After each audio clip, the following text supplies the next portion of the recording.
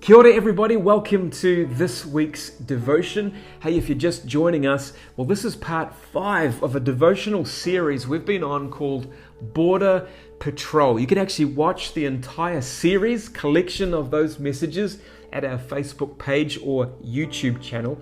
But we've been looking at the importance of guarding our hearts, which the Bible suggests is the most critical gateway there is, because everything we do flows from this heart of ours. So it's worth protecting and watching over, particularly in this climate and season that we find ourselves in. I've entitled this episode, Take Heart.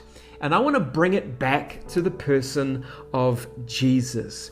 In John chapter 16, Jesus is nearing the time where he would go to the cross. He's been talking with his disciples about the things that would have to take place, some of the challenges that they were going to face.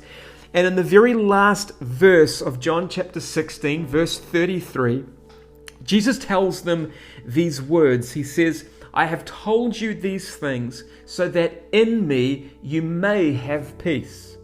In this world you will have trouble, but take heart. I have overcome the world. We've probably all had someone say to us, hey, do you want the good news or the bad news first? In fact, there are hundreds of good news, bad news jokes online, like the one where the pastor says to his congregation, I have good news and bad news. The good news is we have enough money to pay for our new building program. The bad news is the money's still in your wallets. But Jesus here in this passage is almost giving the disciples a good news, bad news scenario. He says, guys, the good news is in me you may have peace. The bad news is in the world you will have trouble. In fact, he goes a step further because he tells them that peace is not necessarily guaranteed. You may have peace. Peace may be yours to have. In other words, it will be there for you to receive. But listen, here's what's definite. You are going to have trouble in this world.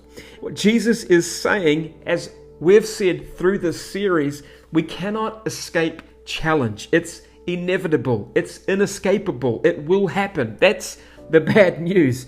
But Jesus says, in me, you may have peace. It's available to you if you want it. And that is good news. You see, at the end of the day, you and I have a decision to make about the position of our hearts and what we allow in and out through this critical gateway. While we cannot control bad things happening to us and around us, we do actually have control over those things getting inside us, getting into that heart gate. The very last words of this verse, Jesus wraps it up by saying, but take heart, I have overcome the world. Take heart. Be of good cheer. The actual word take heart means to have courage. And there's a wonderful reason why we can indeed be of good cheer in times of trouble. And it has everything to do with Jesus. And you're going to love this. It's such a beautiful illustration. It's actually in Revelation chapter 3. And we read the words of Jesus that are written as letters to several churches. And at the end of the last letter, Jesus says in verse 20 of Revelation 3, behold, I stand at the door and knock. If anyone hears my voice and opens the door, I will come into him and dine with him, and he with me. Of course, this is a beautiful illustration of salvation, of Christ coming into our lives through the gateway of our heart, the very border which we are urged to guard and patrol over, the same gate or doorway where we are to keep watch. We read that Jesus stands at that door and knocks. And for those who have allowed him to enter in, those who have opened the gate for him to come, they can now with boldness and confidence say, while there will be times of challenge and pain and adversity, I have in me, inside this internal border, the one who has overcome the world.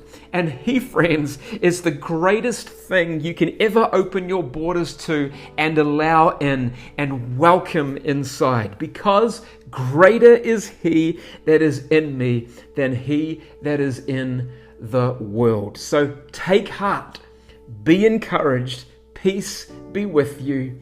God bless.